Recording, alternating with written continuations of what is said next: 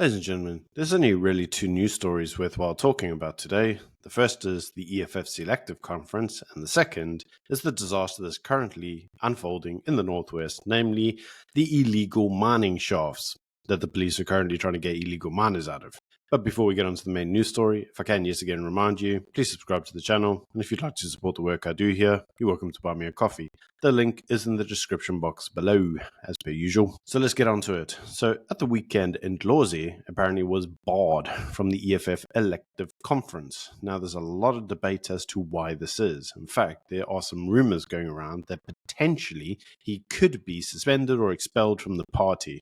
So why is this actually happening? Well, he's currently being nominated, supposedly, allegedly, for the deputy president role, which he would take from Floyd Shivambu following Floyd Shivambu's departure to the MK party. But Ndlozi says he doesn't want that position. Now, the party who's actually allegedly trying to kick him out of the EFF is apparently also wanting to run for the deputy president role, and apparently feels threatened that the delegates at the conference may nominate and appoint Ndlozi and not him. So as a result, allegedly his supporters are trying to blindside Ndlozi.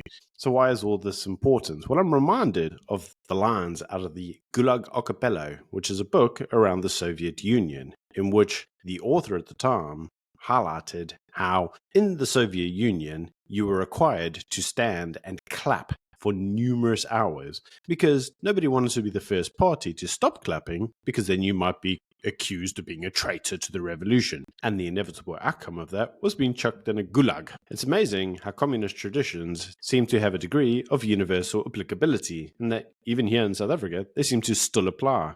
And that what really appears to be happening here is that due to the love of the party, the potential deputy president Ndlozi has basically been sacrificed because somebody else wants that role. I mean, this is basically what they class as democracy, right? And you see, why this all becomes very interesting is that at the weekend, Julius Malema himself was asked, what would you do if at the elective conference you are not nominated? And he says, well, actually, I'll go back to farming. He says that potentially he might not be nominated. Potentially he might walk away from the EFF as the potential president. He also says that if he's nominated, he'll serve. But he says the reason that many politicians stay in office until they're 82/83 and says can't look after their grandchildren. This is obviously a reference to Jacob Zuma, right? But the reason they do that is because they don't know what to do after they're finished with politics. And in his instance, he says, well, he's started to look after cattle and chickens, and he does this in his spare time, and all he will do at the end of his political career is do it full-time. Which actually isn't that stupid an answer, but I do think it's funny that we could all potentially be going to Julius's farm and saying, give us back the land. Anyway, jokes aside, let's get on to the main news story, and it's one I really think we actually need to have a talk about, and that's the current situation in the Northwest. So for those of you who don't know, there's basically been some illegal mining activities going on in the Northwest, and this is at a disused or abandoned gold mine shaft.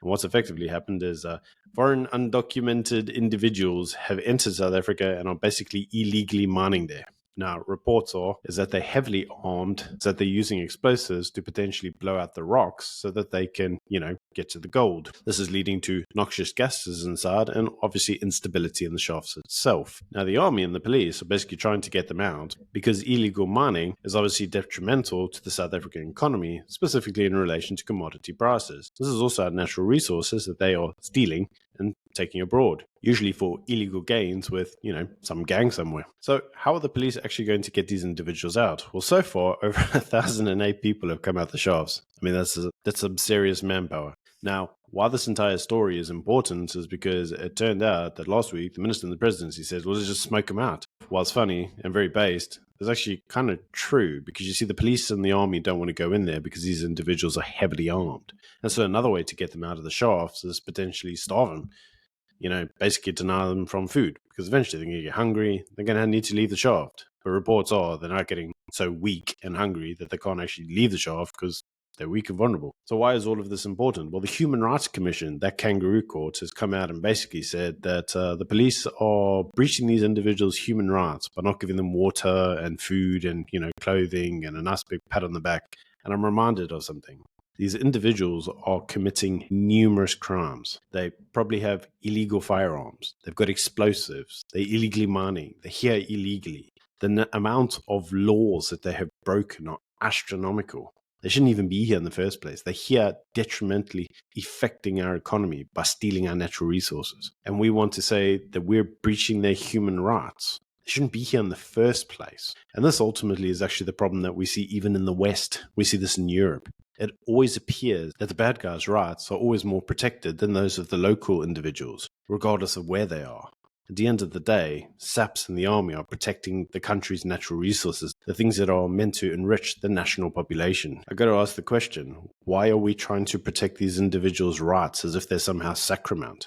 They're here illegally committing numerous illegal activities. We used to call these individuals outlaws. Outlaws basically meant that you were only protected by the benefits of the law whilst remaining inside the law. And once you actually break the law, you're then outside of the law, and all gloves are off. We can do what we want. And now it doesn't seem to apply anymore. Now it appears that these individuals have more rights than you do. Now, Ramaphosa has, as of today, come out and asked the police and law enforcement agencies to tread carefully. Now, I have a good understanding as to why he might say this, and it can easily be summarized in one word: Arcana. He doesn't want another one of those events over his head, where it gets held over him until Jesus comes back.